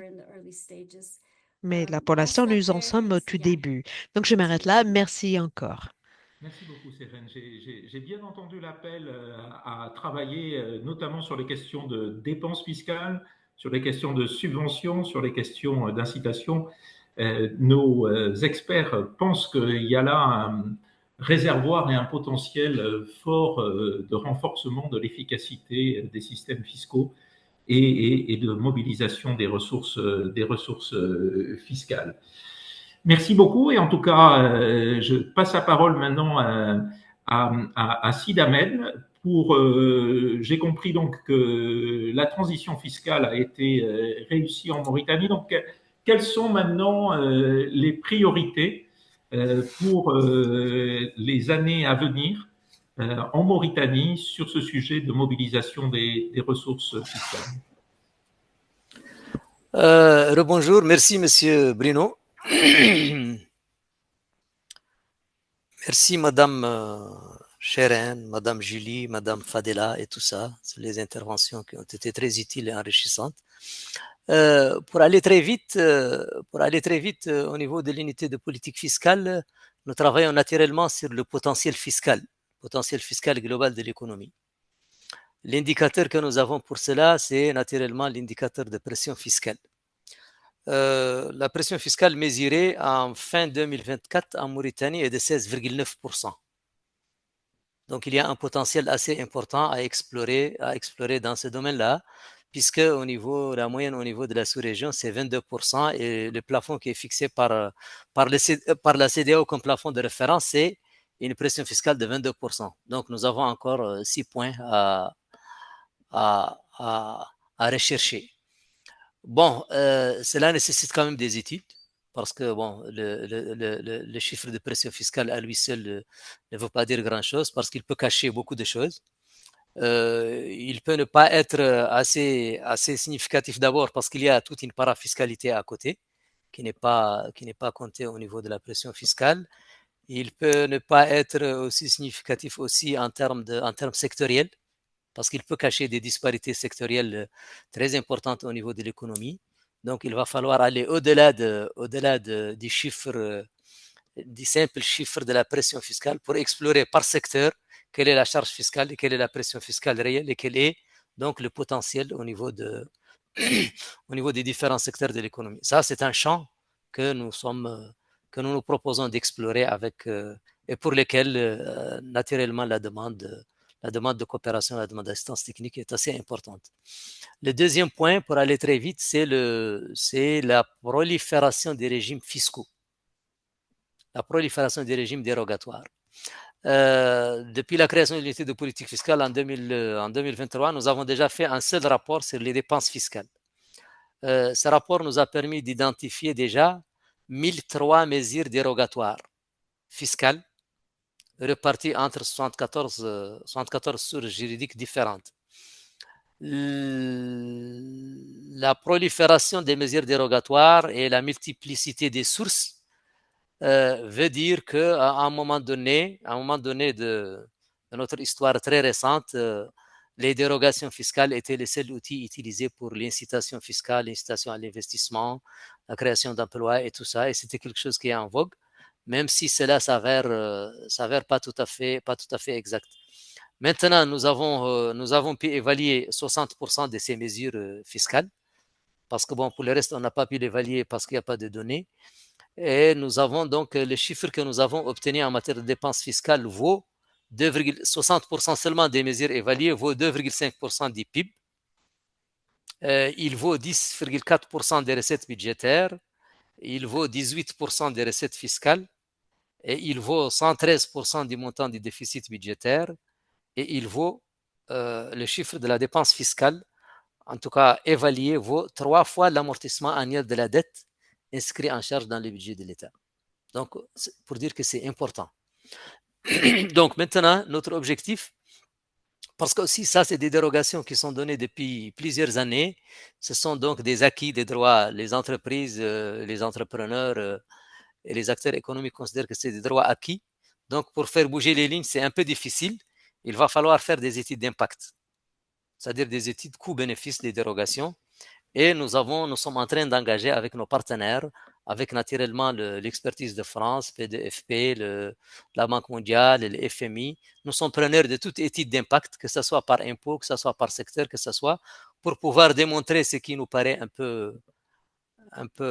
ce qui nous paraît très, en tout cas, réel, c'est-à-dire l'inefficacité de certaines dérogations fiscales par rapport aux objectifs qui sont fixés, à savoir l'attrait de l'investissement, à savoir la création d'emplois, et ainsi de suite, les objectifs qui sont fixés à ce niveau-là.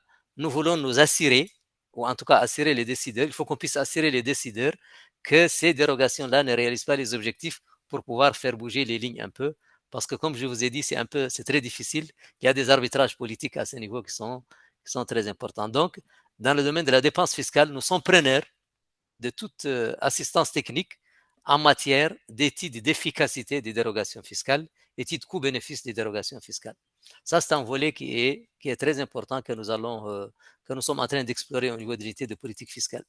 Un deuxième créneau qui nous paraît très important, d'ailleurs comme tous les pays de la sous-région, c'est le volet foncier. C'est le volet du foncier. Au niveau du foncier, au niveau de la fiscalité foncière, c'est un domaine qui est tout à fait en jachère, c'est un domaine qui n'a pas été touché du tout par les réformes. Et les contribuables du foncier souffrent énormément de la prolifération des impôts, la prolifération des régimes fiscaux dans ce domaine et la multitude des intervenants. La multitude des intervenants. Parce que vous avez une multitude d'impôts. l'impôt sur le revenu foncier, la contribution foncière, la taxe d'habitation et beaucoup d'autres taxes parafiscales qui sont gérées par plusieurs autres institutions, des institutions indépendantes, parfois l'institution de la publicité et tout ça. Et puis donc, il y a une multitude de taxes, il y a une multitude d'acteurs qui interviennent. Vous avez la DGI, vous avez la commune, vous avez la direction des domaines et du patrimoine, vous avez donc toutes les autres autorités de publicité, le PAMPA et tout ça, à tel point que donc le revenu est très faible au niveau du foncier et les contribuables ils sont tout à fait perdus à cause de la multitude des acteurs, la multitude des impôts et tout ça. Et donc, ils sont donc tentés de recourir à des méthodes qui ne sont pas très orthodoxes pour pouvoir échapper à cette multitude de taxes et d'acteurs. Nous pensons au niveau de l'unité de politique fiscale que nous pouvons nous baser sur les réformes qui sont donc engagées au niveau de la direction des domaines et du patrimoine, notamment la mise en place d'un cadastre, l'urbanisation, l'adressage. Il y a des avancées conséquentes qui sont faites à ce niveau. Nous pouvons nous baser sur ça pour mettre en place une réforme foncière assez importante qui visera l'efficacité et la simplification et naturellement l'amélioration des recettes fiscales à ce niveau. Le troisième point, pour aller très vite, c'est l'informel. Donc, je ne vais pas m'étaler sur cette problématique. C'est une problématique qui est bien connue au niveau de notre région. Et donc, notre objectif est de pouvoir contribuer les secteurs informels tout en maintenant donc le développement des petites et mini-entreprises. Ça, donc, le quatrième secteur sur lequel nous voulons intervenir, c'est le secteur minier. Nous avons actuellement une prolifération d'activités minières au niveau de l'exploitation de l'or et l'exploitation de tous les autres minéraux. Et donc, ce domaine, un premier constat au niveau du ministère des Finances nous dit que la rente publique au niveau du secteur minier est assez importante, mais en termes de progressivité, il y a des problèmes. C'est-à-dire que quand les prix sont très hauts, les contrats sont faits de telle sorte qu'on ne profite pas pleinement de la hausse des prix. Bon, il y a des difficultés à ce niveau-là, c'est les clauses de stabilité fiscale que vous connaissez et tout ça. On voudrait aussi explorer ce domaine minier pour pouvoir, en tout cas, nous pensons que nous pouvons en tirer beaucoup plus de recettes fiscales que ce qui existe actuellement. Le cinquième point, pour terminer, c'est naturellement le renforcement institutionnel, le renforcement des capacités. Et au niveau de l'unité de politique fiscale qui vient d'être créée récemment, nous avons besoin d'être dotés d'un outil de modélisation macroéconomique, microéconomique, microsimulation. Nous sommes preneurs de tous les outils de modélisation et de prévision. Nous sommes aussi preneurs de toutes les formations de nos cadres en analyse statistique et analyse économique. Et donc, le troisième volet sur lequel nous voulons aussi être appuyés, c'est le renforcement d'expérience, naturellement par des échanges comme la participation à des webinaires comme ça, et aussi, donc, pourquoi pas les échanges avec les autres administrations pour pouvoir copier les expériences réussies et les modèles qui sont donc des beaux modèles. Voilà rapidement ce que je voulais dire à ce propos-là. Merci beaucoup, Sid Ahmed. Et je crois que effectivement, les échanges sont importants parce que quand je vous écoutais sur votre première priorité, j'aurais pu écouter la DGFiP française, puisque c'est un débat qu'on a depuis longtemps sur les dépenses fiscales, et on sait que c'est le côté de politique économique qui est le plus compliqué. Et effectivement, qu'il est intéressant d'avoir des coûts, une analyse coût-bénéfice des différentes mesures en fonction de dépenses fiscales, en fonction de leur objectif. Donc, en quelques minutes, Charles, je vous pose la même question qu'à Sid Ahmed. Comment vous voyez les priorités sur la mobilisation des ressources fiscales au Bénin? Ben, merci. Je dirais qu'au Bénin, il reste encore beaucoup de choses à faire. Nous pensons que nous sommes juste à mi-chemin. Pour les années à venir, nous voudrons déjà prioriser tout ce qui est acquis, notamment avec PAMSI. Il faut qu'on ait une montée en puissance avec des formations, beaucoup plus de formations. Aujourd'hui, avec les recoupements d'informations, nous avons souvent besoin de formations en big data, Et pas seulement pour des statisticiens ou des informaticiens, mais également pour les fiscalistes. Nous voulons également poursuivre avec la fiscalisation du e-commerce. Là, aujourd'hui, nous avons pu identifier entre 16 et 17, je crois autour de 18 structures qui payent, qui reversent la TVA, mais nous pensons qu'on pouvait mieux faire et on pouvait avoir plus. Et à l'identification des plateformes locales et du e-commerce local également qui nous intéresse. Nous avons également les contrôles de second niveau, globalement en matière de contrôle et surtout les croisements de données à des fins de contrôle. Alors, la fiscalisation des cryptoactifs également nous intéresse.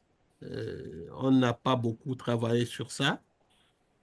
Et les formations en machine learning et autres. C'est vrai que nous avons pu bénéficier de quelques formations de nos cadres à Abidjan, toujours avec Expertise France. Mais nous pensons que si on pouvait élargir à plus de participants, et ça nous permettrait vraiment de mieux cerner toute la problématique qui tourne aujourd'hui autour des données. Et il y a la taxation des télécoms aussi. Nous souhaitons également un accompagnement par rapport à ça.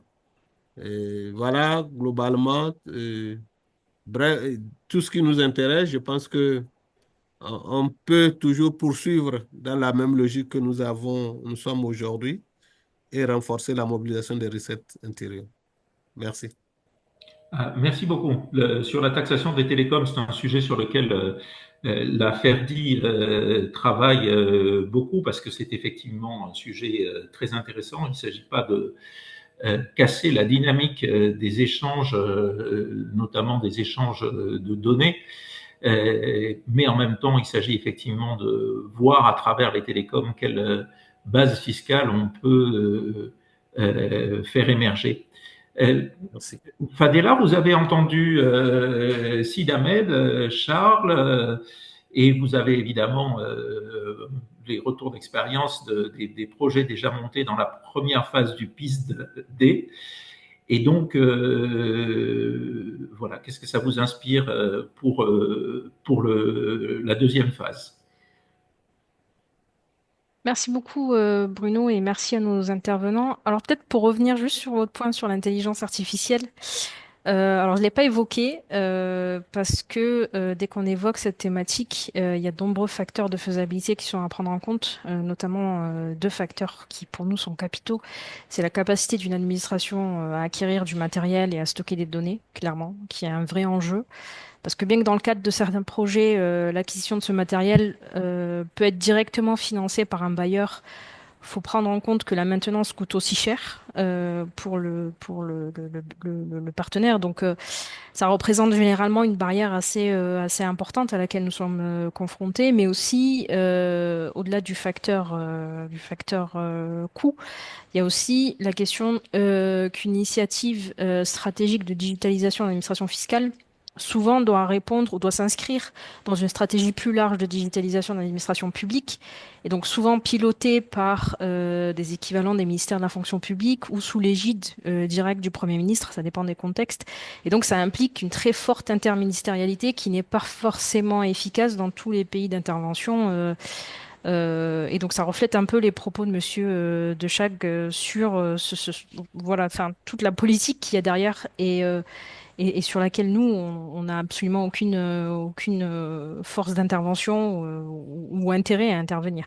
Donc ça n'empêche pas qu'on travaille sur la thématique, notamment je pourrais citer tous nos travaux au Sénégal dans le cadre du projet data mining pour développer des modèles algorithmiques de détection de la fraude et qui sont fondés sur des techniques de data science et d'intelligence artificielle.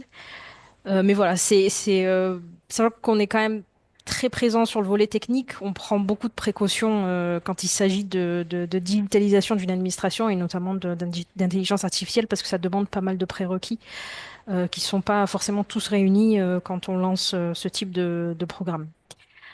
Donc pour revenir plutôt sur la suite, et je pense que c'est très intéressant d'avoir abordé cette thématique de la digitalisation. On a pas mal de thématiques qu'on essaye de mettre en œuvre et je pense que le PSD2 finalement s'incarne déjà à travers une première génération de projets sur des thématiques très innovantes, donc ou extrêmement stratégiques pour nous, équipe France partenaire, dans le cadre de notre coopération.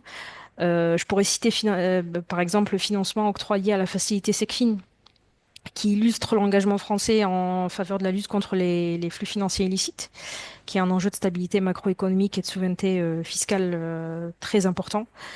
On a également la facilité GET, donc Gender Equality in Taxation, qui positionne la question du genre comme indicateur essentiel de justice et d'équité fiscale. Et je tiens d'ailleurs à souligner que ce projet fera l'objet d'un side event lors de la conférence de Séville.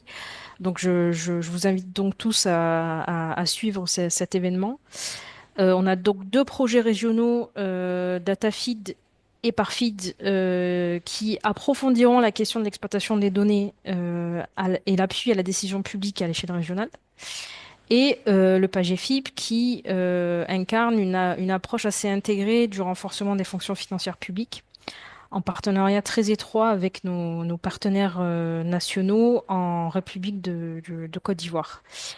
Donc, pour parler un peu plus stratégique, l'idée pour nous, c'est d'avoir une coopération encore plus étroite avec nos partenaires nationaux dans l'élaboration et dans la compréhension des besoins, mais aussi avec nos services économiques présents sur le terrain.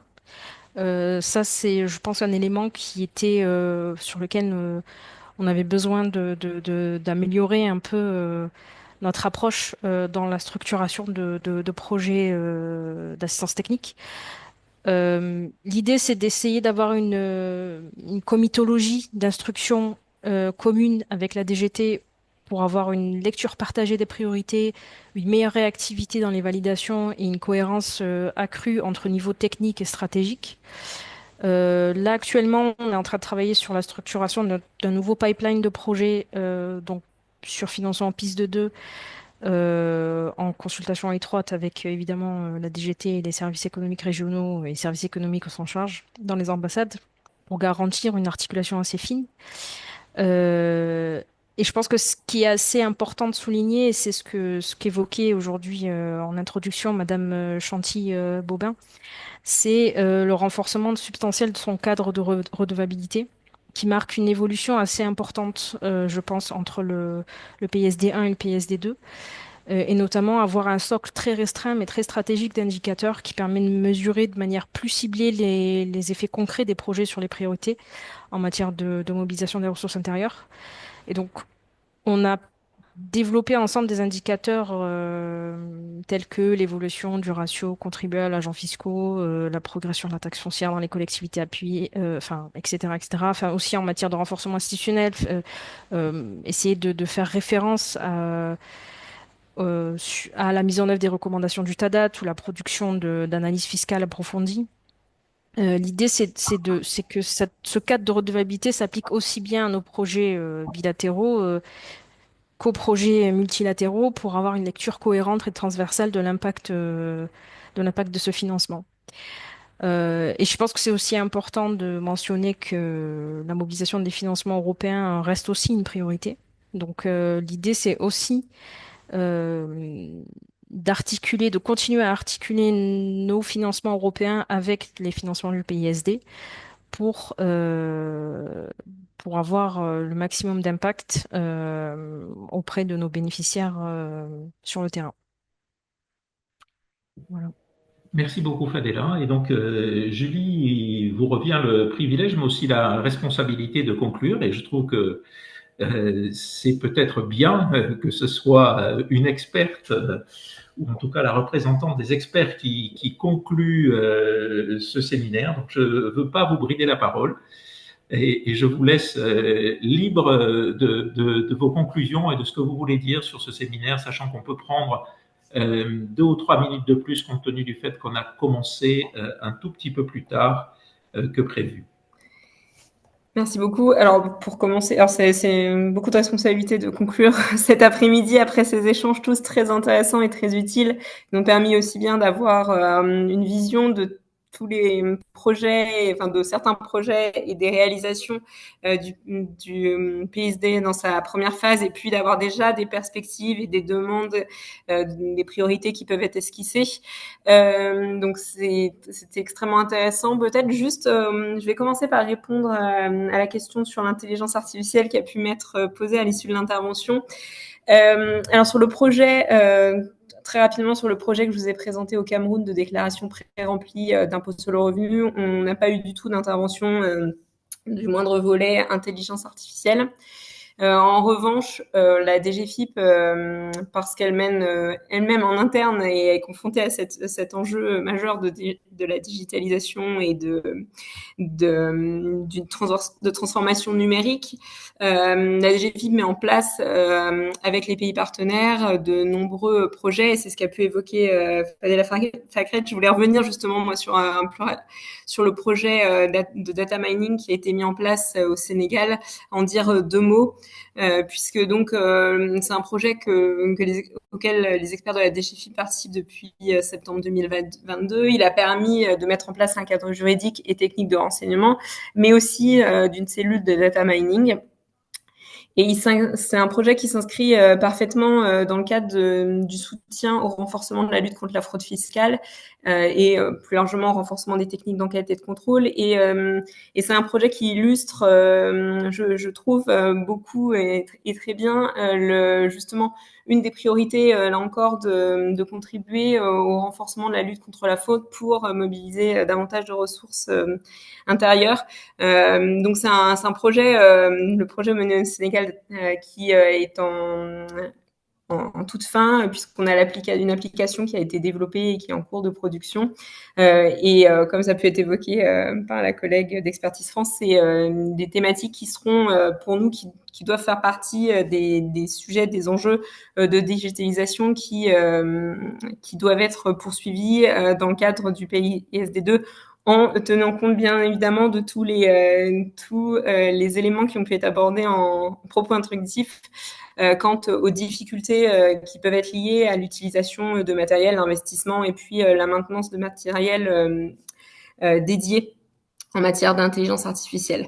Je voulais également mettre l'accent, parce que du coup la parole m'a été donnée sur ce sujet, sur un projet en matière de foncier innovant, puisque là on a une vraie utilisation également de l'intelligence artificielle.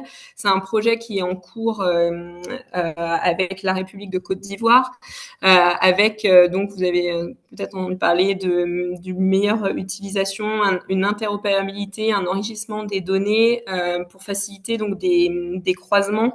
Et ça a pu être évoqué, le foncier, par le collègue de Mauritanie comme un enjeu. Et donc ce projet foncier innovant fait partie des projets aussi qui illustrent l'action et l'expertise qui peut être mobilisée côté DGFiP pour travailler avec ces administrations partenaires. Moi, le point sur lequel je voulais insister, c'est que nous avons côté DGFiP et l'ensemble des partenaires français une certaine expertise. Côté DGFiP, on a une capacité à avoir une vraie relation pair à pair avec l'ensemble des pays partenaires, des administrations, et ça nous permet, grâce à une expertise aussi qui est reconnue, de travailler sur nos différentes thématiques qui sont les enjeux, j'insiste sur ce point, mais qui sont les enjeux que nous rencontrons nous, administration fiscale, et sur lesquels on peut s'investir, donc de modernisation de la relation aux usagers, de lutte contre la fraude, de formation des agents. C'est une demande qui est évoquée, et une priorité qui a pu être évoquée cet après-midi également, et donc la digitalisation de l'administration. Pour ce faire, on a des projets qui sont d'ores et déjà engagés, et notamment, je voudrais mettre l'accent sur une coopération avec un partenaire, un acteur multilatéral qui est le FMI, avec, j'ai évoqué le TADAT qui a pu être réalisé au Bénin, avec la mise en place d'une formation à Paris très prochainement, dans les prochaines semaines, qui vise en fait à renforcer la capacité de la DGFiP à intervenir sur les évaluations TADAT et donc à avoir des évaluateurs TADAT francophones. Donc, on aura une formation organisée donc par le FMI et la DGFiP qui va permettre de former entre 25 et 30 participants et qui donc permettra de constituer un vrai vivier d'évaluateurs qu'on pourra mobiliser, nous l'espérons, dans le cadre du PSD2. Donc, ça fait partie des axes de travail importants pour nous également qu'il faudra mettre en œuvre. Donc voilà, pour conclure peut-être sur mon intervention, souligner l'intérêt de ces échanges que nous avons pu avoir cet après-midi. Les différentes priorités, on a déjà pu voir la mise en œuvre et le caractère concret en fait de tous les projets qui ont pu être mis en œuvre dans le PSD première phase et sur les priorités, nous avons bien noté effectivement les études d'impact sur les dépenses fiscales puisqu'il a été soulevé que c'est un sujet qui intéressait particulièrement la DGFiP et donc nous félicitons de noter que nous avons beaucoup de champs d'action et beaucoup de possibilités qui s'inscrivent dans les deux priorités identifiées dans le PISD2, que sont l'élargissement des bases fiscales et l'amélioration de la performance des administrations. Je vous remercie. Merci beaucoup, Julie. Avant de conclure ce webinaire, je voulais évoquer d'abord deux excellentes questions qui sont dans le chat. La première, c'est la mobilisation de l'épargne pour le financement de projets. Et la deuxième, c'est une question adressée à notre intervenant du Bénin, mais qui en fait a trait à qu'est-ce qu'on fait quand on a plus de recettes fiscales. Est-ce que ça permet d'investir dans des projets de développement durable? Donc vous voyez que ça ouvre beaucoup de nouveaux champs, donc on ne va pas les ouvrir maintenant, faute de temps. Mais je vous engage à nous rester fidèles car on va continuer à faire des webinaires sur des questions liées à la mobilisation des ressources internes. Voilà, et pour clôturer complètement ce séminaire, Chanty, est-ce que tu veux dire un mot final? Merci beaucoup, Bruno. Je vais essayer de trouver 3 mots. Je me suis dit, en écoutant tout ça, partenariat, impact et redevabilité. Voilà, c'est les maîtres mots du PISD 2. Merci à tous pour le travail et j'ai écouté avec vraiment grande attention les exemples très concrets de projets. Et voilà, partenariat, impact et redevabilité. Merci beaucoup à tous. Bien. Eh bien, merci beaucoup. Et sur ces mots, sur pire, nous terminons ce webinaire. Je voudrais juste dire un mot, c'est que le document a été publié en fait. Il est disponible et je vous ai mis le lien du PISD 2 dans la conversation. Voilà. Merci beaucoup et merci à tous. Merci d'être restés en ligne pour ce webinaire. Merci beaucoup à tous. Merci à tous et au revoir. Merci. Merci. À la prochaine. Au revoir.